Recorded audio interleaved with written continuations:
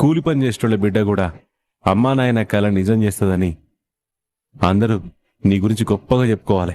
నా బిడ్డని చాలా గొప్పగా చూసుకోవాలనే ఆశ. బోర్డు చూసినప్పుడల్లా నీకు మీ నాయన ఆశలు యాదికి రావాలి. నీ అమ్మా నాన్నలుగా మేం కన్న కలలు నీకు యాదికి రావాలి బిడ్డ. ఈ బోర్డు నీకు అవపడేలాగా పెట్టుకో బిడ్డ. అప్పుడు నీ పక్కన మేము ఉన్నా లేకున్నా ఉన్నట్టే అనుకో.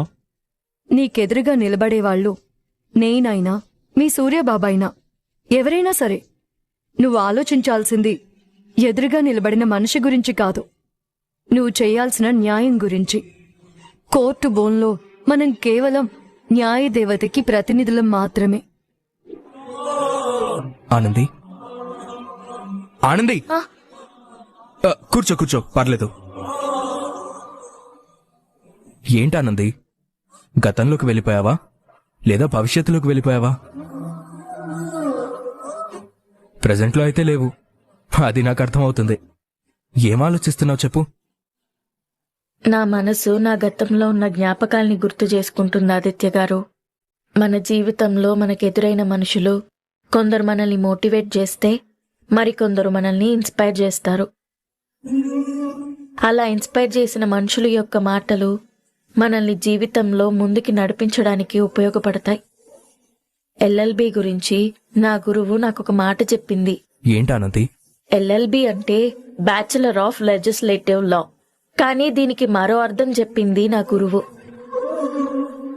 L for loyalty, L for legal awareness, B for brilliant fight.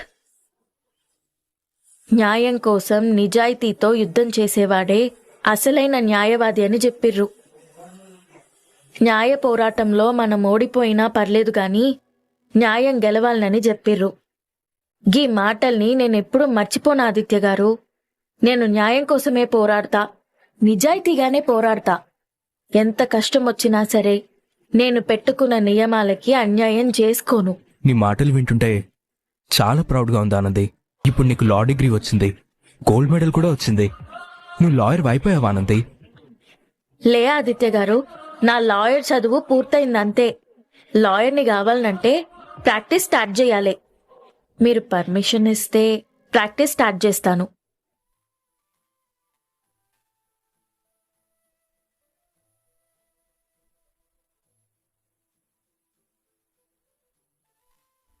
ఒకసారి అమ్మతో మాట్లాడతాను.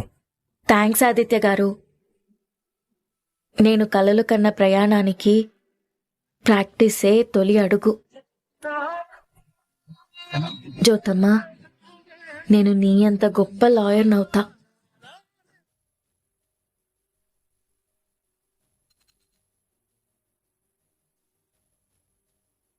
హే పద్దాలు, నేను జల్దీ పోవాలే, బువ్వ పెట్టు. ఏందయ్యా ఎడావిడి?